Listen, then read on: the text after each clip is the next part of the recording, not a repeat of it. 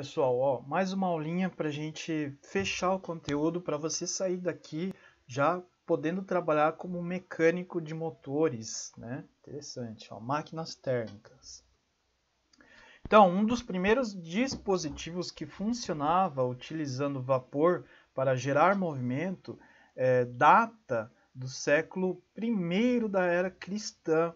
Um estudioso chamado Heron, que viveu em Alexandria, no Egito, deixou um esboço, né, um desenho da primeira máquina térmica que se tem notícia. Aí ele deu esse nome de Eulípila. Eulípila. Eulípila. Nesse dispositivo, o vapor produzido pelo aquecimento da água na parte inferior, então aqui dentro tinha água, então, alcança a esfera metálica na parte superior. Então, vocês estão vendo que está tudo fechado, né, para não haver perda desse vapor. Então, esses canos aqui, ó, eles fazem a ligação dessa parte aqui de baixo onde tem água com essa esfera aqui de cima. Ó, e ao escapar em jatos pelas duas saídas, esses aqui são as duas saídas, né? Aí eles escapavam em jato, né? Faz com que a esfera gire, né? Então aí a esfera girava. O esboço tinha o objetivo de demonstrar a força, entre aspas, do vapor perceptível pela realização de trabalho. Então, ó, aqui a água, ele colocava um aquecimento, ele queimava alguma coisa, né, madeira, qualquer coisa aqui, esquentava essa água começava a produzir vapor, esse vapor era canalizado para essa esfera, que era oca, né, e com somente duas saídas, né, e observem que uma para cada lado, uma para lá, outra para cá, porque se as duas fossem desse lado, aí o vapor ia sair só para cá e não ia mexer. Então, ele, cara, muito inteligente isso, eu queria montar um negócio desse para mim. Então, uma saída para lá e outra para lá, porque daí essa que sai para lá empurra em sentido contrário, essa que sai para lá empurra em sentido contrário, e aí consegue girar. Observem esse GIF.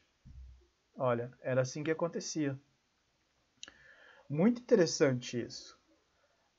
Eu queria ter um equipamento desse, assim, um objeto decorativo, né?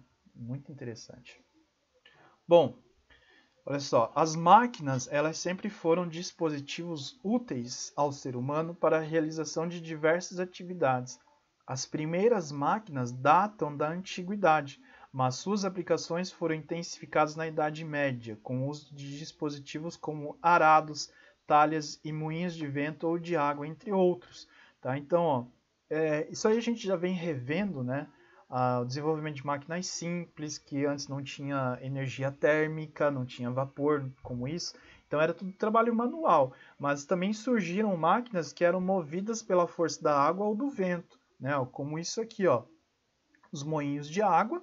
Então as pessoas começaram a perceber que se elas colocassem essas pás aqui num rio ou numa cachoeira, a força da água conseguia mover isso aqui. E ligado a alguma engrenagem, a alguns eixos, né, você conseguiria mover outra estrutura, assim como esses moinhos de água ou moinho de vento, né? E arado também é uma máquina simples, você usa uma tração animal, força animal, né? O arado, no caso aqui, para você mexer a terra, né? Mover a terra.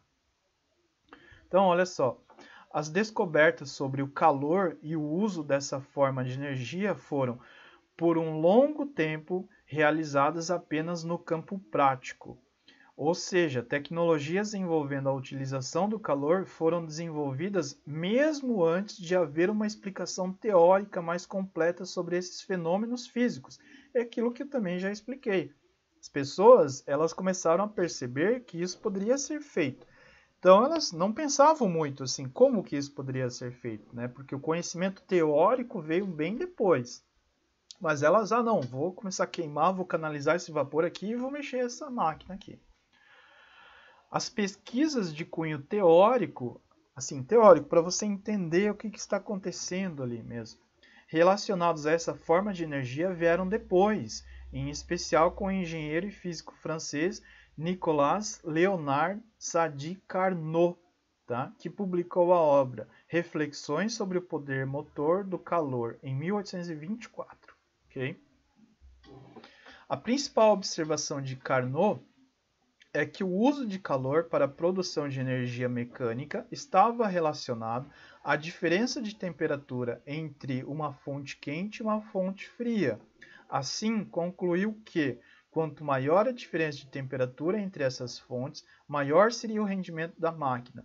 Gente, pensa bem, se você tiver um compartimento com gás aquecido e você quer mover um pistão, se você só manter o gás aquecido ali dentro, esse movimento não vai ocorrer, esse gás vai se expandir e vai ficar ali, preso, parado. Então, por isso que você tem que ter assim, coloca gás aquecido, move, coloca gás refrigerado para diminuir, né? E aí sai. E aí você coloca gás aquecido, depois coloca gás refrigerado, gás aquecido, gás refrigerado, para ter a movimentação. Porque se você mantiver só um gás aquecido ali, não tem, ele vai ficar expandido, tá? Por isso que, ó, diferença de temperatura entre fonte quente e fonte fria. Assim, concluiu que quanto maior a diferença de temperatura entre essas fontes, maior seria o rendimento da máquina. Então, ó, esquema representativo de uma máquina térmica e do fluxo de calor. Você tem que ter uma fonte quente, né? O calor fornecido pela máquina, né? O vapor. Aí você coloca esse na máquina, você vai ter a energia aproveitada em forma de movimento, né? E aí o calor ele é cedido para a fonte fria que vai sair. Então você sempre tem que ter essa troca de gás quente ou frente quente, né? Uma fonte quente e uma fonte fria.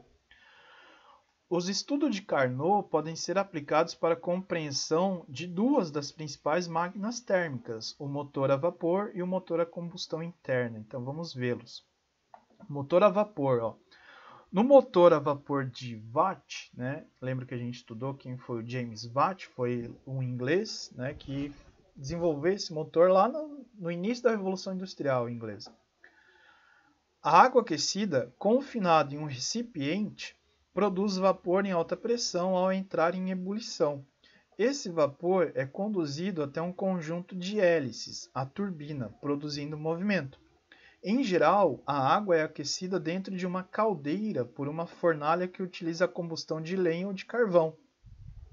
O vapor produzido pela ebulição da água é conduzido por uma tubulação até a turbina ou a um conjunto de pistões que se movem pela expansão do gás. A energia da turbina ou do conjunto de pistões pode ser utilizada para diversos fins, como o movimento de teares e de rodas de trem. Teares eram aquelas máquinas das indústrias têxteis, né? Quando eles produziam um monte de roupa, né? De tecido. Então você tem a água, uma caldeira e uma fonte de aquecimento, né? Queima de lenha ou de carvão, por exemplo. Então você tem aqui, ó, canalizado, né? Para obter o vapor. Esse vapor quente ele vai mexer esse pistão, né? Esse vapor ele tem que ser retirado, certo? Para você ter o ar quente e o ar frio e o movimento desse pistão, que daí o pistão ele vai mexer alguma roda de um trem, por exemplo. Aí esse gás, ó, ele novamente é recapturado, ele já é pré-aquecido, ó, tá? Ele já sofre um aquecimento, ele entra aqui já para continuar esse processo. Então aqui é um GIF de um trem, como é que funciona um trem a vapor, por exemplo. Você tem a caldeira, né, que está gerando vapor quente, né? Esse vapor quente, ó, ele é direcionado aqui para esse pistão, né, que vai ficar mexendo. Então ele precisa de ar quente e ar frio para ficar se movendo, né? Senão ele ia ficar parado. E aí o pistão ele vai mexendo, ó, as engrenagens, outras engrenagens aqui para fazer o movimento das rodas, ok? O motor a combustão interna, ó, é aquilo que a gente já está estudando aí desde as outras aulas, né? Quando falamos em máquinas térmicas, é comum associá-las somente às máquinas a vapor. Certas locomotivas, barcos a vapor e panelas de pressão são consideradas máquinas térmicas. Mas você sabia que os automóveis e as motos também são máquinas térmicas? Elas são chamadas de máquinas de explosão ou combustão interna. Os motores que utilizam combustíveis como diesel, gasolina, etanol e biocombustíveis são exemplos dessas máquinas, que são uma criação consideravelmente recente na história da humanidade. Os motores a vapor, assim como desse trem a vapor aqui, foram muito utilizados até o final do século XIX, quando passaram a ser gradativamente substituídos por outros motores e máquinas elétricas, que são menores, mais eficientes, menos poluentes e seguros. No início do século XX, os motores de combustão interna começaram a ser mais utilizados. Um dos principais modelos de motor a combustão interna é o motor de Otto. também conhecido como motor de 4 tempos, utilizado em carros até a atualidade. Ele é formado basicamente por um cilindro fechado, um pistão que se movimenta dentro do cilindro e um conjunto de válvulas que permite a entrada e a saída dos gases do cilindro. Então, que é a imagem do LD que traz um motor de Otto, um motor de combustão interna, o motor utilizado nos carros aí, tá? Então, ó, um GIF aqui muito parecido com aquele que eu trouxe, né? Isso aqui são cilindros, né? Um ambiente fechado com pistões. E aí você tem a injeção, a entrada de oxigênio, a queima de um combustível aqui, a produção de calor, a expansão do pistão, aí sai os gases poluentes, né? E entra um ar frio aqui também para ter essa movimentação, né? E aí você mexe em engrenagens. Então, ó, veja a seguir o esquema do motor de Otto e os seus 4 tempos, que ele é chamado de motor 4 tempos. Aí tem aqui, ó, primeiro tempo, admissão, a entrada inicial, ó. A válvula de admissão, ó, válvula de admissão aberta, essa aqui, tá? A válvula de admissão se abre, permitindo que a mistura gasosa, que é a mistura de ar e combustível, entre no cilindro enquanto o pistão desce. Então, o pistão desce, isso aqui abre, o pistão desce, entra o gás oxigênio e o combustível para ser queimado. 2. Compressão. Ó. A válvula de admissão é fechada. Ó. Fechou aqui a válvula de admissão. E o pistão sobe e comprime a mistura gasosa que ficou presa na câmara de combustão. Então, o pistão sobe, né, e vai comprimir, olha só, diminuir o espaço aqui, tá? Provocando o aumento da pressão e temperatura. Então, ocorre um aumento de pressão e temperatura aqui. Combustão, ó. Uma faísca produzida por um dispositivo elétrico, que nos automóveis é a vela, chamada de vela, né? Vela de ignição, ó, localizado bem aqui, ó. Válvula de ignição é a vela, tá? Ela vai produzir uma faísca.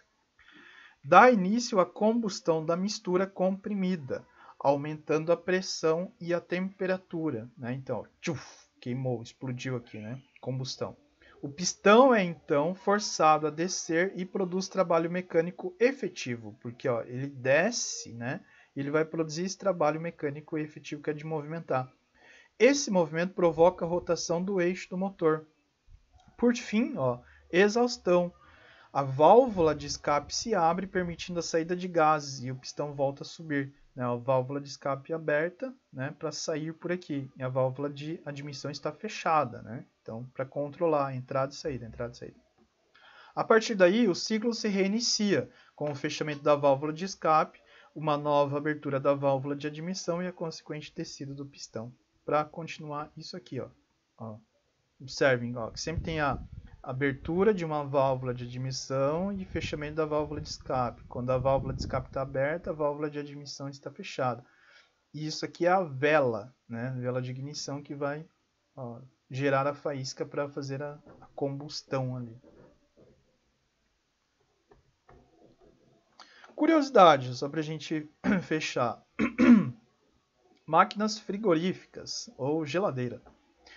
Vimos anteriormente que o calor ele flui de forma espontânea de um corpo de maior temperatura, né, mais quente, para um corpo de menor temperatura, mais frio.